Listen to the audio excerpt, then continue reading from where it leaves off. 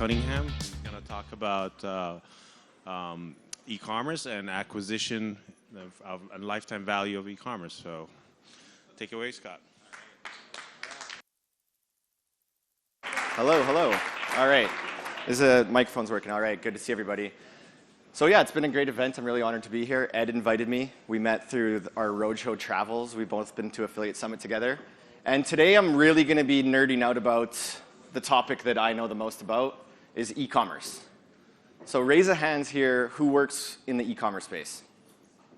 Pretty much everyone, like affiliates. You're doing a lot of affiliate marketing in the e-commerce space. Anybody here own like an e-commerce store? Nobody? Okay, cool. So I knew that.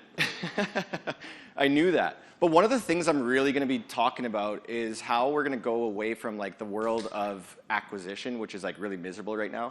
A lot of smart presenters here I heard talking about the same thing, right? Like customer acquisition costs are going through the roof. So what we really need to focus in on is like doubling down on lifetime value. And I'm going to show you exactly how we're doing this in the real world. Like, I have an agency that's a done-for-you agency. We only work with Shopify brands. We have about 50 clients on the done-for-you agency side. So this is stuff that we're like in the trenches learning and adapting, and we've built like a method. And I'm going to be sharing that method with everybody here today. Does that sound pretty cool? Good little method. Now, I think that you could use this method to train like affiliates and influencers to help them get better at their pitch. Would that be cool? Yeah. Where's Patrick? Is Patrick in the room right now? I think he took off. Oh, he took off? Okay, that's cool. I liked what he was saying, though, is about equipping affiliates and influencers to sell better. Like half the time, if they're just posting coupons, I didn't know anything about this like coupon stuff that you guys keep talking about everywhere, but I get it, right? Like, it's cheap. It comes across cheap. So I want to help increase the perceived value of the pitch, so it's not just about discounts and coupons. Alrighty. So a little bit about me. I've worked in e-commerce for over 10 years. I own this done-for-you agency called Socialite. Like I said, we have about 50 clients. Now, we do a ton with Shopify. We're like very entrenched with Shopify. We do Shopify meetups all over North America. This year alone, we've already went to Charlotte and Denver and Nashville and New York. We're going to San Diego, Los Angeles, Toronto again later in the year. And we do Shopify meetups all over the place. And we teach on their school. We've been doing so much with them. But over the years, we started building like a big pipeline of e-commerce businesses that shouldn't hire an agency. Right? They're not at that like level of growth where they can comfortably dish out some spend for an agency. So we built a second business called Merchant Mastery, which is a school. And we have 400 paid members in our school, and it's like $6,000 to join the school. Okay, so it's pretty good business. And then we're developing like a back-end offer right now to grow our own customer lifetime value to get away from these rising acquisition costs. Anybody here heard of digitalmarketer.com? Yeah? Okay. So I'm also a coach over at Digital Marketer. And just this weekend, they launched a brand new e-commerce mastery certification, which I was the instructor for. So I'm really excited about my relationship with them. I do some coaching in their community as well. And I'm going to show you some tools that I learned from them today, too. Alrighty? So when we look at e-commerce businesses, I love that a lot of you guys were talking about this stuff. Somebody was talking about, I think it was Patrick, talking about product market fit. I love that stuff. Because this is the first thing that we're looking for when we're looking at how much an e-commerce business can grow. You're nodding your head, you agree? Right? So proof of concept, all it is like you exchanged cash with a customer. They bought from you, and the customer validated that they were impressed with what they were buying. Does that seem like pretty straightforward? It's like very obvious, but it's not obvious to a lot of these store owners who are out there. They invent a product, they come up with an idea, they don't validate that people like it, they build an expensive website, they hire an agency, they spend a ton on ads, and then they get no traction, and then they blame Facebook, right? And they're like, Facebook doesn't work for my business. And I want to be like, bullshit. I will sit here right now, as long as we can validate proof of product concept, we will get you some success with Facebook. Okay, and we've kind of built a method for how to do that. But basically with proof of concept, if you sell a product that's like a t-shirt, you kind of already have proof of product concept baked into it, right? Like everybody knows you get value out of wearing a t-shirt on a specific occasion. But if you sell an innovation, like you invent a product that's solving a specific problem, you don't have built-in proof of product concept. So you got to get out there and exchange cash, and you got to get feedback on your product, right? And a lot of times with inventions, you got to reiterate the actual prototype. So you got to build a new product, right? And so that's this slide that we're good there. But basically, this is the first step to validating product market fit, is proof of concept. can I exchange cash with a customer and validate that they're impressed? If we have that, the world's our oyster now, okay? We could fix like almost any e-commerce business if they have that. So the next step in this like validating product market fit is considering this, right?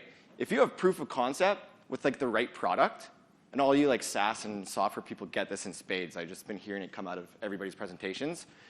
If you have the most amazing product, but you position it the wrong way to the wrong market with the wrong offer, even though it was an amazing product, I know this is so true with the SaaS companies, it's going to fall completely flat, right? But if you have proof of concept and you have the right offer and you position it the right way to the right market, everything's going to add up, right? So that's like a key thing to consider for any business, for sure, for e-commerce, is as long as you have proof of product concept, all you need to do is reiterate your offer, messaging, positioning to the right market until it clicks. Like if we validate that someone loves it, we got to just find more people who love it. And we can reiterate our messaging and our offer and package it up in different ways until it takes off. Okay, so this is where I'm going to introduce you now to this e-commerce tree of life. I wasn't even going to bring this into my slides, but after talking with Ed yesterday, I was like, I think this one would fit good because like affiliate marketing fits into it. But basically, when we're trying to grow a sustainable store, we look at it like this. It's this beautiful tree, right? And we can't skip any stages to build this robust tree. It's pretty gorgeous, right? But at the very bottom are the roots. That's the proof of product concept. That's the product market fit, right? Once we got that, we can like build some stable roots. At the base of the tree are the foundations. This is our Shopify store. This is the user experience of the store. These are the email automations, the pop-ups, collecting email addresses, all that stuff. And as you look at the big tree trunk there, that's our first acquisition channel, okay? So for us, 9 times out of 10, it's Facebook and Instagram. We're using Facebook and Instagram as our acquisition channel, but we don't want to try too many channels until we have one that is continually pumping out sales for us, right? So we don't want to spread ourselves thin and be kind of okay at TikTok and Snapchat and YouTube and Pinterest when we can't even get one right. So we get really hung up on making sure our messaging and the market and the positioning and the offer and the acquisition channel is working for one space first, right? From there, the top of the tree, all these different colored branches, these are additional traffic sources. Okay, so you can see on one side over here, I have listed out some more paid channels. So I got like TikTok, Pinterest, all these things listed there. Here's where you guys fit in, right? Another additional channel could be influencer marketing, affiliate marketing. It could be like wholesaling, pop-up shops. There's different ways to get in front of our audience. But the major takeaway is that we're usually focused on getting that first acquisition channel right before we spread ourselves thin. And I could tell you guys right now, I've been learning so much while I'm here. We don't have a solution for the affiliate marketing branch.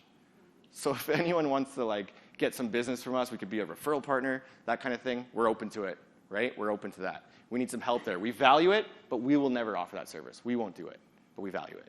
Okay, cool, so everybody's cool with the tree of life? Okay, now I'm gonna jump into like this acquisition versus lifetime value stuff that I was talking about for my title, right? This is what we call, this is a tool our team created, so we've created this ourselves. It's the e-commerce purchase path. And what it mimics is a sale chart, right? And it's split into 3 different phases. Phase 1 is discovery, phase 2 is experience, phase 3 is loyalty. You could see with discovery, you can't really see the slide that much, but in the middle there, there's a $0 sign. Can everyone see the $0 sign? So what's happening in the discovery phase? We're not making any sales, right? So we're like investing money, maybe losing money. We're definitely investing money on acquiring customers at this stage, right? The next stage over, this is the experience stage. So now the customer like experiences it for the first time, and they validate whether or not you delivered on the value that you promised. At the loyalty stage, obviously you guys have been talking all about this for the last couple of days. This is where we really need to get our business model pumping out repeat sales. And that's where more profitability comes into play. Okay, so if we look at each of these stages, there's 8 stages across these 3 phases. The first one here is attention. And basically this is the first time the customer sees that you have a solution to the pain they're experiencing, right? So they're going to basically see a message that's like, hey, I've been living with this nuance. This company's going to help me solve it. And they're going to see that message for the first time through an ad, through an affiliate campaign, through a pop-up shop. Like it could be anywhere. But basically at the attention stage, we know that we are competing with so many advertisers. So to win our customers' attention, we really need to understand who we're selling to. And that's what I'm going to be talking about a little bit later. But from there, it goes to the consider phase. So they saw a message. Now they're on a landing page, right? Basically, at the attention stage, you use like a hook to like agitate their pain state that they're living in. And then they start vetting you. They start vetting you out, right? They're like, okay, yeah, I'm definitely living with that pain. How can this company help me? Who are they? And they're going to go on like your product page. They're going to watch some videos. They're going to sign up to your email list. But they haven't bought yet. But ultimately, at the transact stage here, now they believe that the perceived value of what you were presenting outweighed the cost. And they commit to buying. So they did their vetting. Everything added up for them. And they're like, okay, I'm in. I'm going to buy. Right? So this is how you like position your front-end offers. You need to have something that everybody who arrives on your website would be silly to say no to. Okay? So from there, actually let me back up for one more sec here. Let me just see if that works. Doesn't really matter. But the discovery phase, there's only like 2 KPIs we need to master here. We need to lower the cost to acquire a customer, and we need to increase the average order value. That's like the only way to get close to profitability on acquisition.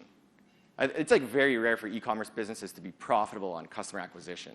But if we can lower the customer acquisition cost and increase the AOV, we're going to get closer to profitability sooner. We're usually just trying to break even on acquisition. That would be like a good situation to be in.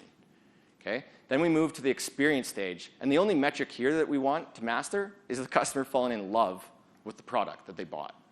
Right? If our marketing was great, awesome. That's one thing. But they need to try the product and actually fall in love. So what's happening here? The first stage here is ship. Right? Now this customer's in a heightened state of anticipation. They're waiting for the product to arrive. So what can you do here? You could follow up with them with like shipping tracking, landing pages, shipping times, all these kinds of things. And you just want to make that shipping time as short as possible. At the next stage is the unboxing. Everybody knows how important unboxing is in e-commerce. This is the first time the customer touches and feels the product that they've been learning about, right? So this is the first time that they're going to validate if you delivered on value. And what happens next? It's the review stage. Okay, so the customer might publicly leave you a review and be like, wow, that product was amazing or that product was horrible. Or they're just going to internally review it to themselves. And they're going to make a decision. Did this deliver on value? So you absolutely need the customer to fall in love at this stage or else everything falls apart. Right? Next over, repeat purchases. So the customer fell in love with the first experience. Now we need to repeat sell as much as we can throughout a lifetime to maximize the profit that we can get from that customer. And what are we doing there? We're doing things like VIP offers, so like early access, invite only. We're doing loyalty programs, subscription services. Where's the Recharge guy? Is he in here too? Still Recharge? Right? We use Recharge a lot for subscription purchases. Okay? And then lastly, the last stage is Fanatic. And basically the customer at this point, you delivered on their transformation. They bought all your products. They're so happy. They're smiling ear to ear. And everybody's asking them, why are you so happy? Well, because this company delivered on this solution and changed my life. So now they're telling everybody about it. And these are the people that will stand on the rooftops screaming about your product to others. Okay? So this here kind of flew through that because I know there's a lot of smart people in the room. But I just wanted to recap this before we go on this next stage of our journey here today. But essentially what we're thinking about with this purchase path is that it costs so much to acquire a customer. We need to maximize the value that we provide to a customer throughout a lifetime to maximize our return. Right? So we really need to start thinking about customer lifetime value. In e-commerce, when we have a transaction, we're trying to get our second sale in 30 days. Okay? Because if you know, e-commerce is like a scary place for cash flow. Right? You agree there, Ed? Yeah, it's a scary place for cash flow. So if we make a sale and we're breaking even, it's not enough. We got to go and buy new inventory. We got to spend so many other areas. So we need to sell our second product in like 30 days.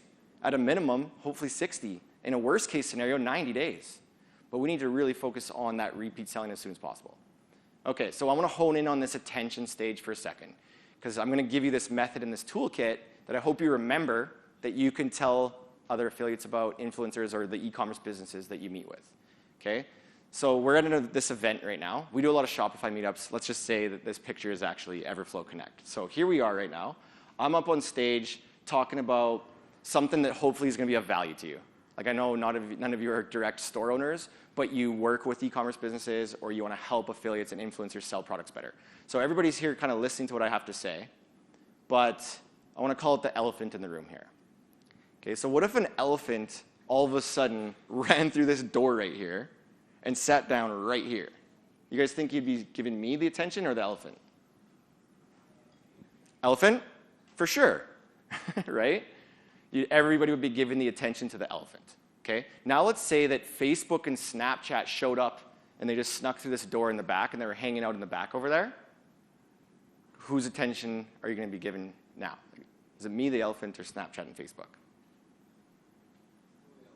It's still the elephant, right? That was a trick question. It's still the elephant because it's so bloody bizarre, and who knows what Snapchat and Facebook are doing, and who cares, right? So all the attention now is on this elephant. Now let's say the air conditioner broke down right now. It's like hot outside in Toronto, humid, more humid than where I'm from, right? If the air conditioner broke down, this elephant starts sweating bullets. Everybody's starting to get really hot, okay? So Facebook and Snapchat get this bright idea to start selling ice-cold water in the back of the room. Pretend we didn't have any. We have lots, obviously. But they're selling ice-cold water. All of a sudden, now where's the attention going to go? Air conditioner? Water, right? Why is it going to water? It's a necessity, and that's where the pain point is the biggest in the moment, right? I don't care if there's an elephant trampling over the table next to me. If I'm so hot, my own needs are going to outweigh that distraction, right? So all the attention is going on the ice-cold water. So the elephant in the room is you can't master any traffic channel until you master your customer and your offer. Like, people don't go onto Facebook and Snapchat to shop for e-commerce products. They're inundated with a sea of content for everybody competing for their attention. So if we're going to win the attention in this game where customer acquisition costs are going through the roof, we have to nail it on the head with the pain points of the customer, right? So this is the key thing that we're going to be going through. And we call this interruptive marketing. Basically, the only way that you're going to stand out and not be tuned out is to speak to the customer. You can't talk about yourself all day, right? You can't say, we're so great, we have the best product. We have to say, hey, customer, we know what you're going through. You're really hot, this air conditioner broke down, and we sell water, right? So we need to really understand our customers' deep pain points. Okay, so the first way that we're going to solve this, I'm actually giving you like a step-by-step method here. This is what we do when we scale e-com brands. Okay, so the first tool, this is one from digitalmarketer.com that I teach over in their community in their coaching program. It's a customer avatar canvas. Is anybody here familiar with like building customer avatars a lot? I'm sure like all of you, right? Have you used it? Have you like applied it to the real world? Yeah. Yeah? Good. We should chat after and just like geek out about avatars because we should be using this stuff all the time, right? And basically with the customer avatar canvas, it's this tool. I'll just in the interest of time, I'm not going to go through it in like complete detail. But this is a real one that we built for one of our clients. Our client is called Ocean Sports, and they're in the prairies above Montana in Edmonton, Alberta, Canada. Not an ocean in sight.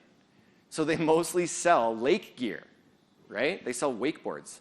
And when we're looking at all the different avatars of who they sell to, there's definitely like that die-hard wakeboarder who's like a champion and award winner. There's also like the person who just likes to hang out at the beach during the lake weekend, right? But then there's this guy who's the best customer avatar for our client, right? We call this guy Lake Dad Daryl. And he's the guy with all the disposable income. He buys the boat, he buys the wake gear, he buys everything so that everybody's having a really good time. And he's the guy saving the kid off the side of the wakeboard here too, right? So let's take a little look here. Oh yeah, this is, okay. So this avatar canvas has lots of different sections in here. We definitely like document demographics, we document interests, we document frustrations and wants and aspirations. But the most profound part of this avatar tool, and it's one of my favorite tools I adopted from one of my mentors, Ryan Dice, who's the founder at Digital Marketer, is the before and after grid. And it's just a really easy way to paint the really miserable state that your customer's in right now and how you are a vehicle to get them to this aspirational state. Okay, so we go through these 5 categories here. Before, the first one here is the have stage. So what did the Lake Dad Daryl have before shopping with Ocean Sports? He had broken down, uncool gear that is garbage, that his kids hate, right? And how did that make him feel the next level as we go deeper here? It made him feel embarrassed and guilty that he had to make his kids use this stuff, right? He didn't want to show anyone this broken down, uncool stuff. How did that impact his average day? Well, he wasn't going to the lake anymore. Okay, so he's not even going wakeboarding because his gear sucks so bad, right? A level deeper, how does that impact his status? what do like his peers think about him? They're basically thinking he's a reclusive neighbor. So they're like, this guy is a recluse, haven't seen Lake Dad Daryl in a long time, right? And we go a level deeper is the good versus evil state. Every e-commerce product has an evil in the world that they're helping overcome, right? So the evil in the world that our wakeboard client is trying to overcome for Lake Dad Daryl is he doesn't want his kids growing up on TikTok. We want to get them out at the lake so the kids aren't growing up on their phone. Okay, so all because he didn't buy new gear, his kids are growing up on TikTok. Pretty terrible, right? Okay, so then this is all about the customer. Like most marketers, believe me, I've been doing this for a long time. Most marketers and businesses get hung up talking about the haves, the features. They're like, we're so great, here's our amazing products. But we want to start talking to the deep motives of the avatar. We want to need to make it about them and not about us. Okay, so let's take a look at the after side of this now. So now he shopped, he bought this new wake gear. What does he have now? He has top quality gear that's trendy, that his kids love. How does that make him feel? He's proud to show it off. He's empowered, excited. How does that impact his average day? Well, now he's at the lake every weekend, crushing it with the family, making memories, right? How does that impact his status? Well, he's the guy at the lake that everybody wants to hang out with or be, right? And the good versus evil, the kids are growing up with a healthy lifestyle. They're bringing out more people. It's causing a lot of momentum with more people being athletic, right? So that's one of my favorite tools. Now, we don't want to just stop there. I actually want to apply this stuff to a marketing campaign to fix my customer acquisition costs, right? So what we do is we look at these avatars and we pull out hooks. A hook is something that's going to agitate the pain point of the buyer. And we're going to use it to win attention on Facebook. So that when they're on Facebook, they see a hook that is nailing it with a pain point, they're going to stop and pause and read what's going on, right? So we're using the avatar to come up with our hooks to agitate pain or speak to the aspirational state. So I pulled out 3 hooks from here. One of them was get your kids off Snapchat and hit the lake, right? Another one is make memories for friends and neighbors. And another one is show your kids you're cool. Okay, so what do you think the lake dad's going to care about in an ad more? Hey, buy our new fiberglass performance 2022 gear, yada, yada, yada, or get your kids off TikTok and hit the lake, right? So when we're marketing to our avatar, he's going to care way more about those pain points that were deeper down that before and after grid. Okay, so this is step 1. All we're doing right now is we're creating a hook. I actually teach like a 20-hour program on this stuff, but I'm giving you the condensed version. All right, so we're coming up with the hook. The next thing that we need to do is we need to identify value attributes.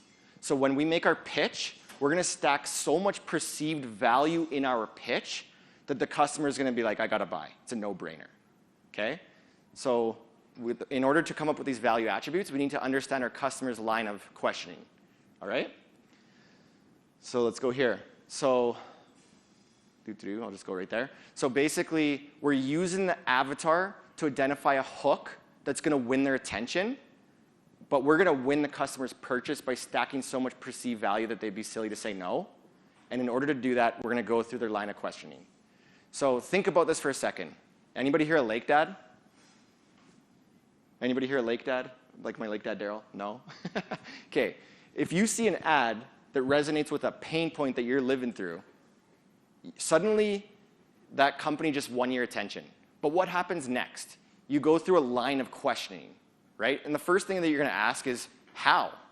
How are you going to fix this problem where my kids are stuck on TikTok? And they're like, oh, wake gear.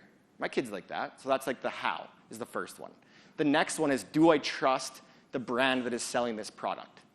Right? So they're going to be like, okay, it makes sense how they'll do it, but do I like them? Do I trust this company?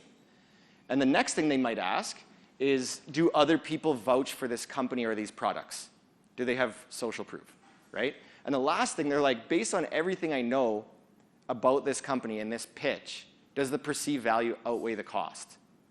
And if all those things add up, and we hit it on the head with the pain point, and we addressed all of these lines of questioning, we should lead to more sales, right? So we have different attributes in each of these questions. The first one was about, how are you going to make my life better? We call these functional attributes, right? So it's like all about the feature and the benefits and how the product's going to make your life better.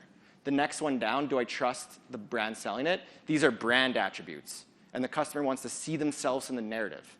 They want to align with your values, believe in your mission, right? The next one down, do other people vouch for it? These are influence attributes. You guys will all get that working with influencers all day, right? They're basically saying, do they have customer testimonials? Do they have social proof? And the last one, we call these transactional attributes. Does the perceived value outweigh the cost? And with transactional attributes, we like coupons. We use coupons all the time. I'm telling customers all the time, you need to have some kind of compelling offer for cold traffic, right? But these are the 4 offer attributes, and I want you to remember it with this fun little acronym. TBIF, thank Buddha, it's Friday. Okay? You like that, anyone? It's the end of the day here. We've got to get a little rise out of you. Okay, so TBIF, transactional, brand, influence, and function. Okay, so transactional attributes. I'm going to show you an example of selling coats, like jackets, just using each of these attributes. Okay, so transactional, often the time we're doing like an offer. Sometimes we don't have a discount though. It could be scarcity, urgency, pricing justification. But transactional attribute is trying to lower the risk and build urgency to buy. Right? So transactional attributes selling a jacket, you would see an ad like this. That's just like winter sale, clearance, 30 to 50% off. They're not leaning in on brand, influence, function. It's just like 30 to 50% off. That's the key message. Okay? Brand attribute, this is more about the customer seeing themselves in the narrative. Right? And they believe in your values. So selling a jacket with brand attributes would look like this. This is a North Face one here, and this guy's basically saying, I'm mountain-born, city-worn. So anyone who's that avatar, who resonates with those values and that lifestyle, is going to resonate with that brand attribute. The next one is a Converse jacket, and this is like a teenager. And it says, I got the right to test the water, and it's speaking to the teenager's independence and rebellion kind of attitude. Right? So those are how you sell a jacket with brand. The next one is influence attributes. I got a few examples. There's an influencer campaign on the left. You guys would all know influencer campaigns, right? Jennifer Aniston, celebrity endorsement. But my favorite influence attribute that we leverage all the time in our e-commerce campaigns are customer reviews and user-generated content, right? So these are examples of how you want to include influence attributes. The last one is functional attributes. And this should be the most obvious. How does your product actually make your customer's life better? Okay, so those are the 4 attributes. And selling a jacket on function, right? Basically, you look at this Polo Ralph Lauren one here, and it says, it's the Team USA heated jacket.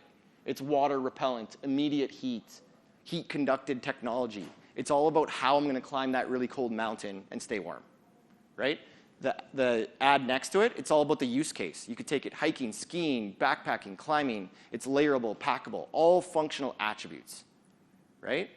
But the key thing is that I want you to remember, is that as I'm going to be showing you how to make the ultimate e-commerce pitch, which your affiliates and influencers could use, and the Shopify or e-commerce stores you talk to, is that we don't want to just do one. We want to stack all of these. We want a hook that agitates the pain, and then we want to address all those lines of questioning with these offer attributes. Right? So you'll notice the Polo Ralph Lauren one isn't just a functional attribute. There's another attribute in here. Does anyone know what? Anyone listening? Brand attributes, right? It's brand attributes because it's the jacket that Team USA wears. I was kidding. I know you guys are all listening. I could see some nodding, right? So brand attributes in that one, and they got function. So the key is that we want to stack a lot of these attributes in our pitch. So here's an example of a client of ours. They're a business who is in our school. So our school Merchant Mastery, where we have 400 members, I met these owners, and they said, Scott, we sell T-shirts out of a small town in New Brunswick. And we got our home studio, but we can't differentiate our shirts. We sell T-shirts. We can't differentiate them. And again, I was like, of course you can. Let's go through this exercise. Right? So we just basically went through this value attribute exercise. We listed out transactional attributes that we could consider for their campaign. Free shipping over $75, 10% off your first purchase, buy one, get one free. Right? So those were some offer ideas. And then we went down to brand. And this is the one that companies neglect the most. And I feel like when you're working with affiliates and influencers, this might be one that gets neglected as well. I feel like with influencers and affiliates, they might get hung up on the transactional attributes. But brand is like, hey, we care about sustainable goods. This is all created and printed in Canada in our home studio. We're buying into this slow fashion movement, right? So we identified some really great brand attributes that we're going to use.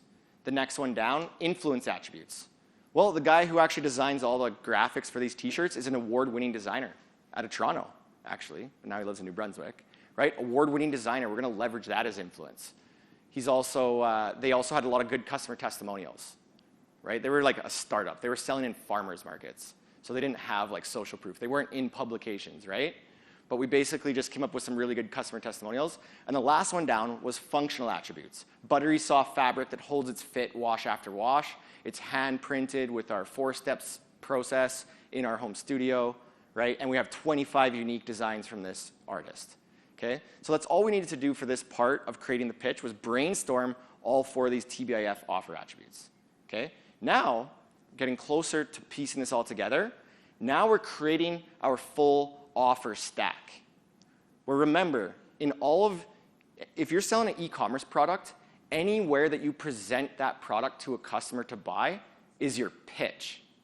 You're pitching your product. So if you see a Facebook ad selling a product, every single ingredient in that Facebook ad is a pitch. If I go to a product page and I'm learning more about the product, every single item on that product page is part of the pitch, right? If I open an email and you're selling products to me, everything in that email is a pitch. And what I want to ensure that everybody's doing, we do this with dozens and hundreds of e-commerce stores, is that they're using this formula in their pitch, okay? So let's bring this all together. So remember, we were using the customer avatar canvas to come up with the pain points of the customer and create some hooks, right? And then we came up with these value attributes to amplify your perceived value. Now we're going to put it all together and create a full offer stack. So the formula is like this, and it's in no particular order. But this is a good exercise that I do with hundreds of Shopify stores to get this started. I'm basically like, pull out your avatar, come up with a hook, and then come up with a functional attribute, and then list an influence attribute, then list a brand attribute, and then list a transactional attribute. And everything together is your pitch. And I'm going to show you how we did this a little bit in the real world. But before I show you my case study example, I just like, once you learn this, you won't unsee it. So I know it's like the last presentation of a 2-day conference, but once you know this formula, you can't unsee it. So I literally just go look at e-commerce brands all day, the biggest D2C companies in the world, and I can see the formula in everything that they do.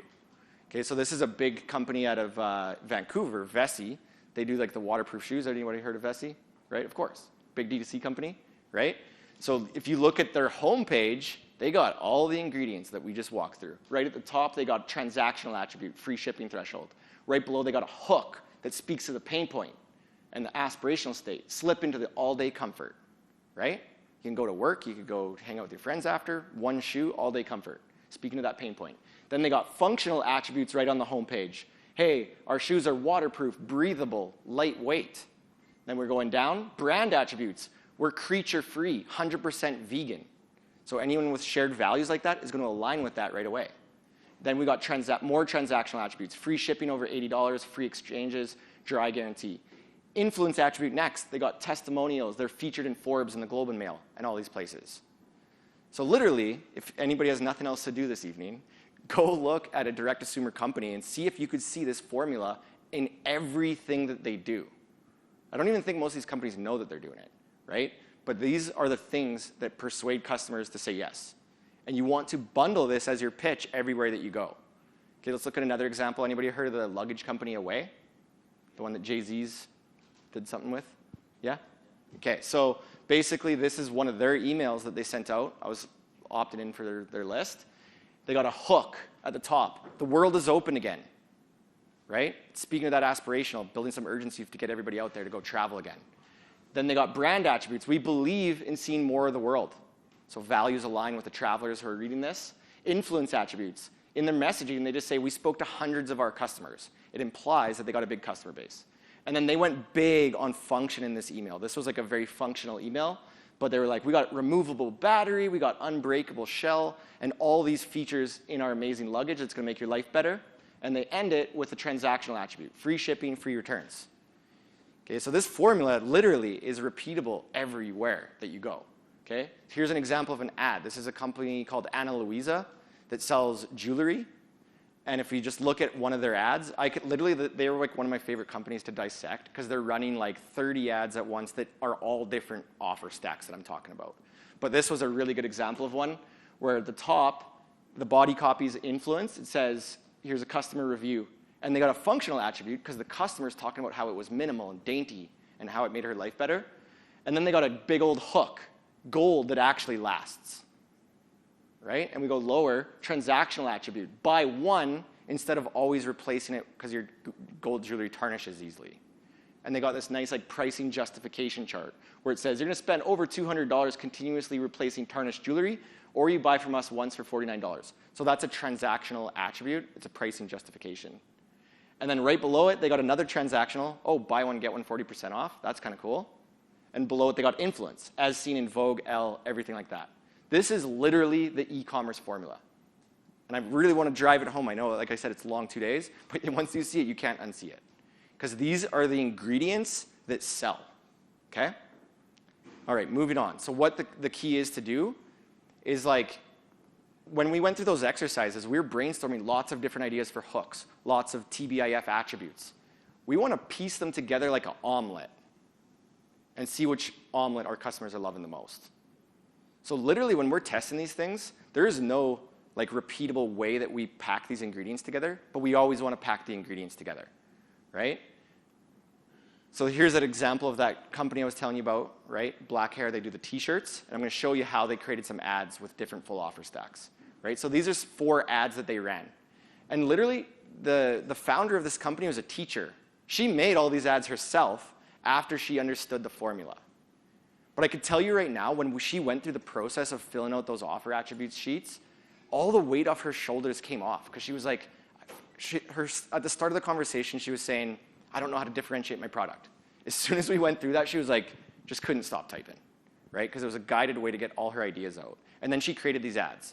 So you could see with this one here, they got like function, brand, hook, influence, transaction, literally following that formula that we just went over. Transaction says free shipping over 75. Influence is a customer testimonial on the photo. It has a hook there. Function talking about the way it was made. And all of these are like that, right? This one over here, there's a hook that says dad clothes aren't what they used to be, right? And then we're showing a picture of a dad who's looking cool. That's that avatar. It was like Millennial Dave, Dad Dave was this guy, right? And got all the testimonials in there. We got all those ingredients over and over. And you could see that these ads look like quite a bit different, right? Like some of them are talking about, this one's big on an offer. This one's a video showing how they make the t-shirts, right? But what we're trying to do is package up all those ingredients and test different offer stacks to the market to see which one's resonating the most. So in e-commerce, I can't tell you how many times people will also be like, yeah, I ran Facebook ads. I have proof of concept. I have product market fit. I ran Facebook ads, but it didn't work. And I'm like, well, were you testing different messages to different audiences? So when we start an e-commerce campaign, we never just go all in on 1 or 2 ads. That'd be ridiculous. We start with a controlled experiment where we come up with like 5 hooks, 5 attributes, 5 creatives, 5 audiences, bundle those things all together, and test the variations with a small budget.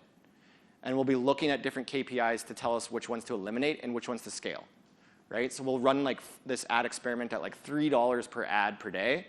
And then if like by the 3rd, 4th day, the click-through rate is less than 1 to 3, eliminate all those. The next day, if there's no initiated checkout or add to cart, eliminate all those. And the last day, you want to be left with a bunch of ads that led to a bunch of sales.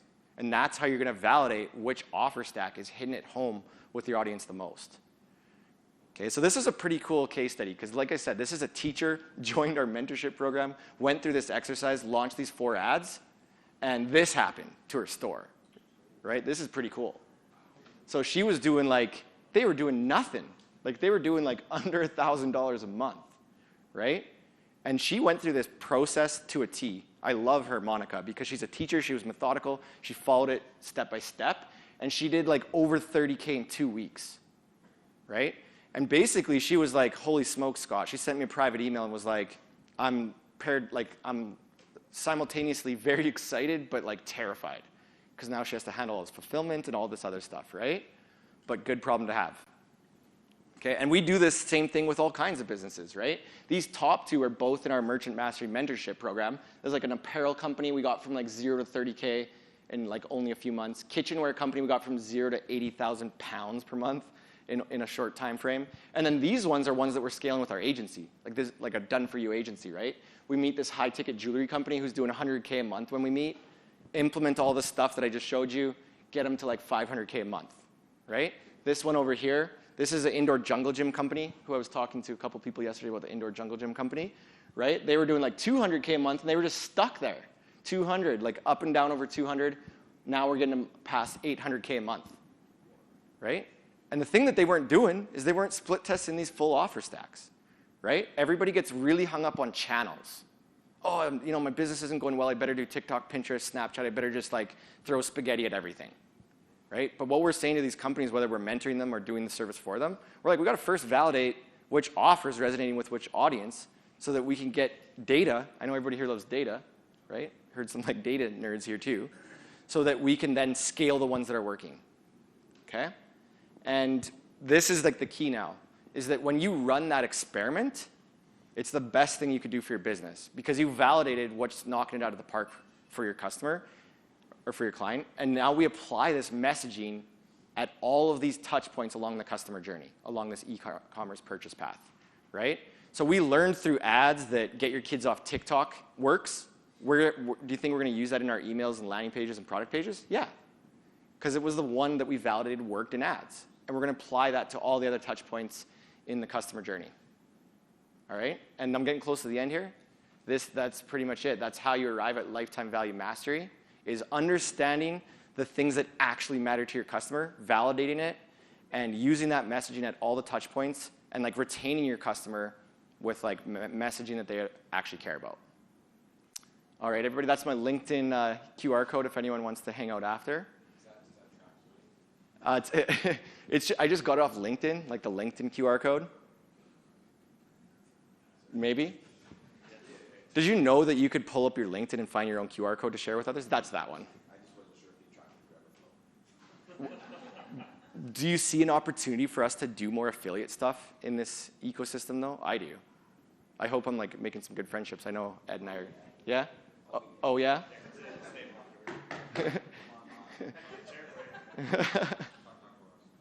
All right, guys. Any questions? Yeah.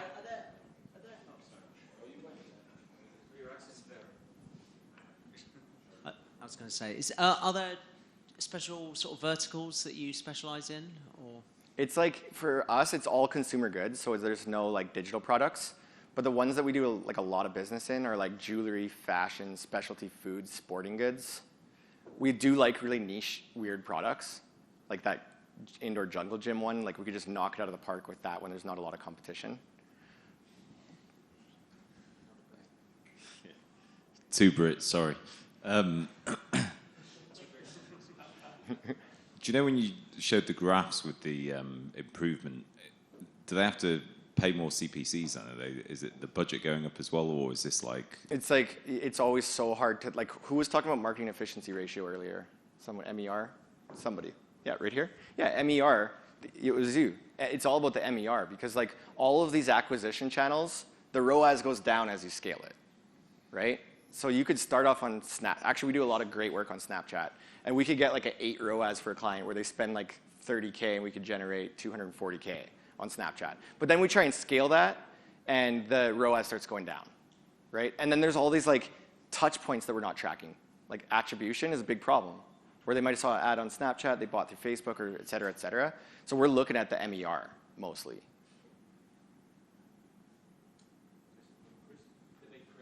Testing. Wasn't sure if it was on or not. Have you ever had like, I'm assuming yes, but like an idea that you couldn't transform? An idea that we couldn't? Yeah, that you just like, okay, this is, you're too far gone, or pretty much everything that you've ever put through this process you've been able to kind of see some, it's 3x, like 10x. I would say like, yeah, as long as you have proof of concept. This is the thing. I know it seems like such a no-brainer in the beginning there. Yeah, so I guess when I'm going through my mind is, could I literally take anything, and if I put it through your process, I will turn it into an exciting story. The thing that you need, remember we were talking about brand attributes, right? In the Shopify space, brand attributes are everything, right? On Amazon, people will just pick a product that's trending on Google Trends, decide to start selling it, and then everybody does it, and it's a race to the bottom on profit. With your Shopify store, you're actually trying to build that customer journey and retain these clients, and people buy from companies that are thought leaders in the space. So if you're missing that, it's going to be a challenge. Right? If you have proof of concept and you're like really big on the brand attributes, like you're a leader in that product category, it should go really well. Gotcha. So like I couldn't say like, well, I travel through Canada and I take cups from conferences and I sell them. Maybe. But I'm being extreme, but literally like I could, I'm wondering, but probably not because you can get a cup anywhere. I get like some ridiculous questions from people. This isn't one of them. Yeah, no, I know. I mean, it's meant to be ridiculous. It's literally meant to be ridiculous. Yeah. So I'll get some ridiculous questions.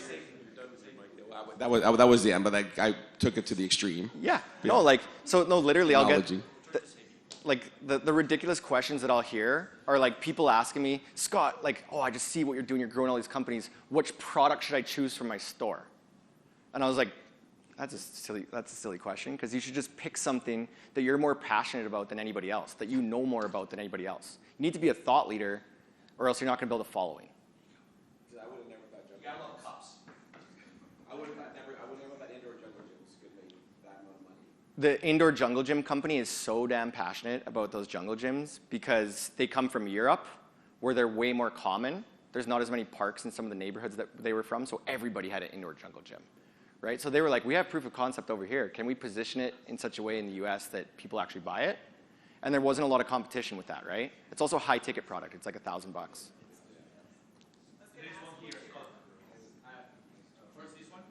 Yeah.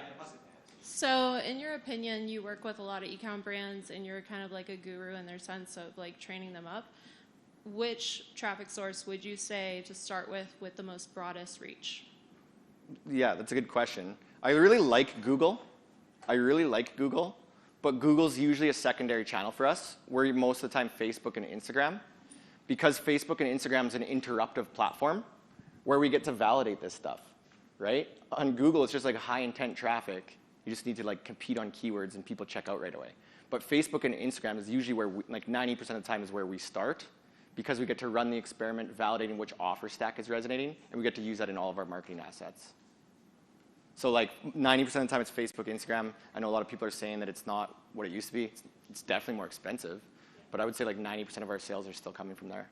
So are you working a lot with like direct brands where they're not having difficulties with the AI? Just repeat it again. So when you go on Facebook, are you working with mostly just direct brands that are promoting via Facebook so they're not having like the blocking issues that affiliates are having with the AI? We're having the same issues with the blocking with the iOS and stuff. Is that what you mean? Yeah, we're having the same. Like, we noticed when it first came into effect, it was like a shitstorm, right? It was like everybody was scrambling. We couldn't track anything. But we've also noticed that like there's other tools that we've been using to track better. Apparently, Everflow could do this for us too, right? So we use another tool right now that I'd be curious to see if Everflow could do the same thing, right? But absolutely, it's gotten better. It's not as miserable before. But I think like when you're not able to look at your reporting and data as closely as you could before, it just matters so much that you're taking the time to put the effort in getting the messaging right. Because before you could be like okay at marketing, turn on some ads and just get a bunch of sales. Like honestly, I was like embarrassed for our industry at how easy it would be to get sales sometimes. Now we got to like go back to the basics and just like really resonate with the customer. What's your average cost to consumer? Like, how do you decide that? Like, what's the question? The cost to consumer, like what you charge for the product. Like, oh, like what's the average of the clients yeah, we like work what's with? the sweet spot in terms of like? Well, we like high ticket. Okay. Right, because there's just like more margin to play with usually. Got it. If it's like somebody, I have a friend of mine who is in our mentorship program. He does over $1 million. He's probably doing $2-3 million a year right now, and he sells like $12 fly fishing products. He doesn't get profitable until the third purchase. So like it's like $75 for him to acquire a customer. Probably gets closer to break even on the second purchase, but it's not till the third one that he's making profit. But the key is when you're selling like these low ticket items, you need to bundle them. You need to increase that AOV. So we'll go big on the offer as long as the customer reaches like a threshold, right? Does the amount usually match like the cost to consumer, like what you pay out for it, or the cost to acquire a customer, and then you get them further in the life Repeat cycle? buying. And fly fishing, a lot of repeat buying happening. Yeah. So that guy I'm talking about built an amazing loyalty program where he rewards people for coming back to him for the fly fishing needs, right? So it was really big for him to go big on like retention. Scott, one comment. I Googled the name of that company you show in the example, the black hair. Yeah. And of course it came first spot, no ads. No ads, which means they continue to acquire clients and make money without using Google Ads, right? Yeah, no Google ads. Yeah, at They're all. not doing Google ads Nothing yet. paid, Yeah. all organic. But you'll get some really good retargeting ads from them later that we helped them with. Right here. Yeah, great presentation, by the way. Thank you. So my question is around the whole avatar thing that you're talking about. So everything you talked about was kind of focused around the click-through rates on say, Facebook, right? Now, I wanted to get your thoughts because like everything's based off of, say, like 5 audiences that were, like, you come up with 5 to 10 audiences on Facebook. Yeah. And then the avatar you create targets those audiences specifically. Exactly. Correct? So my thought and just basically I wanted to get your feedback. So on the conversion rate on the page. So basically everything you talked about was the ad. What are your feedback and recommendations when it comes to the actual landing page on actually generating the sale? Absolutely. Just wanted to get your feedback of how any formalization to kind of do a 360, because majority of the times most people are going to just be directing all those avatars. I mean that one avatar of those different audiences to that one lander. How would you kind of engulf all those into one high performing conversion rate landing page? Yeah. So I actually had a slide that was in here that showed an example of some product pages, but I took it out because it's really the same. It's really the same as what we were doing on the homepage. It's the same formula. Got it. Right? So it's literally the exact same formula everywhere you go. It's having hooks that agitate the pain point and then addressing the TBIF offer attributes. Just basically focusing it on the primary avatar. On the primary avatar. Right. Yeah, I mean, there's instances like even like Ocean Sports, they got a lot of different avatars. Yeah. But we start with one that is probably the biggest sales opportunity for us. Yep. You want to put your intent out of the customers you want to attract more of. So you start with one.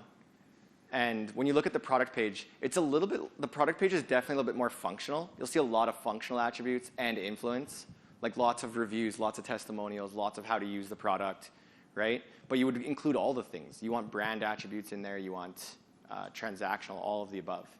But I think the one thing that is important, like with ads, those full offer stacks, we're testing them all the time, like every week. So we'll create a full offer stack, test it, doesn't work, kill it.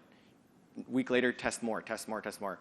So we're always doing like full offer stacks like really fluidly on ads. But with your product page and like your homepage and stuff, you're not updating it as often, right? But you're gaining insights from the ads.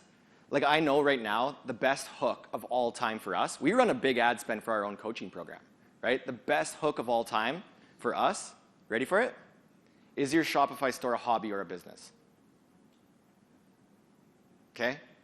Because most of them are like, damn it, I want it to be a business, but it's starting to feel like a hobby because I'm not doing anything to grow this, right? And I can't tell you how many times people join the program and tell me about that pain point, right? So then we'll start putting it everywhere. We just redid our VSL, hobby or business. Like we're opening everything with that hook now because we validated that our ads just do so well with that hook. So yeah, I guess like the insight there is just like what you're learning from the ad data, you can apply. You start learning which hooks, which creatives are like really doing well for you and then using them on your product page. Sorry, final question. Like obviously the whole sort of creating avatars has lots of use cases, right? Probably everyone in this room is trying to sell to something outside of e-commerce and so on. Have people ever been stuck trying to create like an ideal avatar, or does every company secretly know who they're trying to appeal to? The avatar is the hardest part of this whole equation. Everybody hates it. Everybody hates it because you have to rack your brain, right? And this avatar canvas I showed you, you could use that for any business. This is one of digital marketers' tools. They coach and train every kind of industry. I work with SaaS companies in their coaching community, right? So like that avatar, you just kind of have to get it done. And usually your first version of it is speculative. Like you're like, I think this is what my customers looks like, right? But you want to actually do a deeper dive over time. You want to start like looking at your reviews and finding what those deep pain points are, and then using that in your avatar. You want to start looking at what your competitors' reviews are saying and see what they're loving about the product, and start using that in your marketing messaging too. So it's like an evolving tool. Yeah. Cool. Yeah. But I actually, like in our coaching program, so at Merchant Master, we have, like I said, 400 or so members. We have 5 coaching calls a week. I didn't used to do any coaching calls in the program. It was like my team members doing the coaching calls.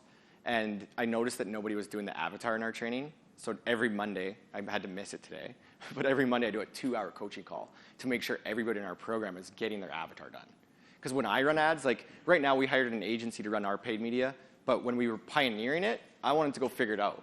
Right? I'm a marketing person. I was like, I can run some ads and figure out how to get sales for our coaching program. So I did it for a year. And I always came back to my avatar. So I was coming up with new ad angles like every week or 2 weeks. And I would just go back to the avatar. And if the avatar didn't have enough answers, then I would spend more time fleshing it out. One of the key things I kind of skimmed over in the avatar was a section called key purchase drivers. This is an important one that I probably should have paused and talked about. It's like all of the objections to the sale, right? In e-commerce, like these founders who could sell their product to anyone face-to-face because they have the conviction and the passion and the experience, the e-commerce store doesn't have the founder they're selling. So we need to understand all of the potential objections. Like I'll literally tell them what's the 20 most common questions you get in the sales process. And we need to preempt this all over your product page, right? Because there's a good presentation earlier that someone was talking about this, where they're like, I just want to find the price, right? Like that video. Yeah, it was you. Yeah, I love that, right? So we want to preempt it. Like we want to answer, we want to address all these things on our product page right away. Because the second we don't answer one of their objections, we just like agitated the pain point for wakeboarding gear, and they're like, oh shoot, they're not answering this one question, but they're still in that heightened state. They're gonna go all of a sudden now look at a competitor's wakeboarding site, and we just did their marketing for them. And they addressed the objection, they got the sale. So we gotta like really preempt those key purchase drivers.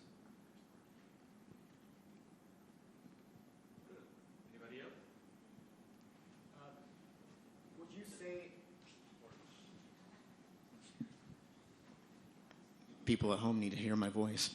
So would you say the avatar is going to be the same for, say, your e-commerce, Shopify store owner as it would be for the affiliate promoting traffic for that e-commerce?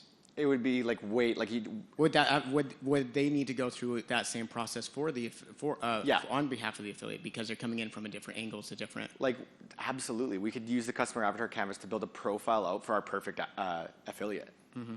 Absolutely, and it's like the deep motives of why they take action with your business are going to be way different, right? An e-commerce store is going to come to us to improve their sales. An affiliate's going to come to us to improve their sales, but like in a different way. Awesome, thank you.